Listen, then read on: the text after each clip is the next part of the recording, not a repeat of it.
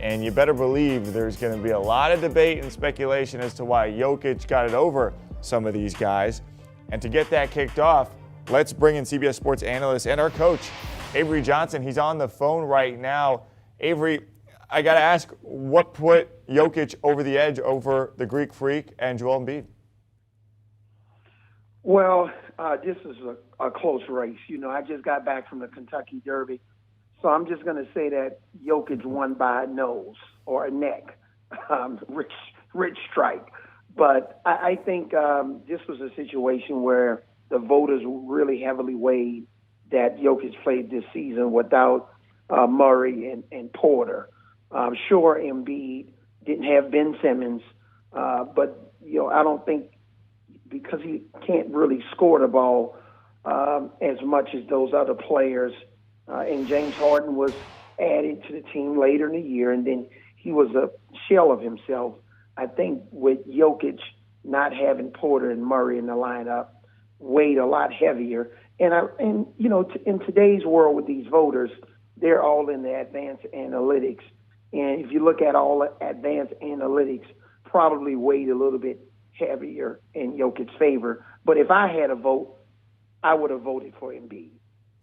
Yeah, I'm wondering, because Jokic is now a two-time MVP, he joins the likes of LeBron James, Steph Curry, Giannis Antetokounmpo. At what point does the pressure and outside noise start to surround him about not getting deeper into the postseason, about not making it to the finals and winning a championship? Obviously, Porter and Murray out, certainly part of that conversation. Well, unless there's a setback, those guys will be back next year. And next year is going to be the year where Jokic is really going to have to push this team into an NBA Finals to really start having that conversation. I don't even believe Western Conference Finals is going to be good enough. And even from a coaching standpoint, it's just fair game. Coach Malone obviously has done a really nice job overall. So I'm sure there'll be some whispers there, especially if they get knocked out in the first round next year. Whether that's fair or not, that's part of the game. But Jokic, just like Giannis, two-time MVP, gets his team into the finals, win an NBA championship. This year, he's tied 2-2 in the second round, 2-1 in the second round against a tough Boston team trying to get back to the finals to have a chance to repeat. That's what MVPs do. I played with an MVP and David Robinson and Tim Duncan, and both of those guys were able to win multiple championships. So when you're a two-time MVP, you got to figure out a way to get your team into an NBA Finals and have a chance to win a championship. All right, we've talked about his MVP credentials, but you said if you had a vote, you would have gone Embiid. So can you elaborate on why you would have gone Joel Embiid?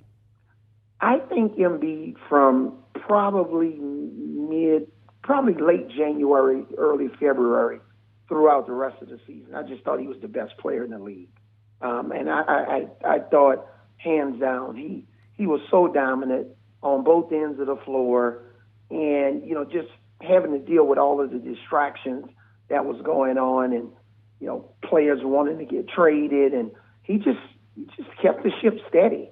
And, playing with a young Tyrese Maxey, other guys that couldn't even go to Canada and play in Canada because they weren't vaccinated. I just thought Embiid was inside out, mid-range, just similar to Jokic, shooting the three.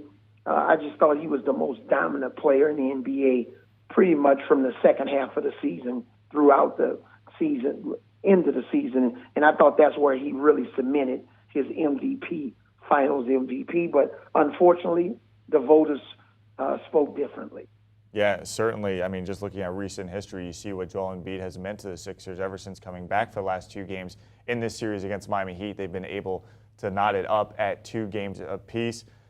Avery Johnson, thank you for joining us. Once again, breaking news in the NBA. Nikola Jokic named MVP for the second straight year. That, according to ESPN, as we take a look at his numbers once again. 27 points per game this season. Back-to-back MVP years for Nikola Jokic. Do you want a sports network that delivers everything that matters about the game? The highlights, the picks, the instant analysis, no yelling, no fake debates, no politics. Hit the subscribe button and never miss a moment.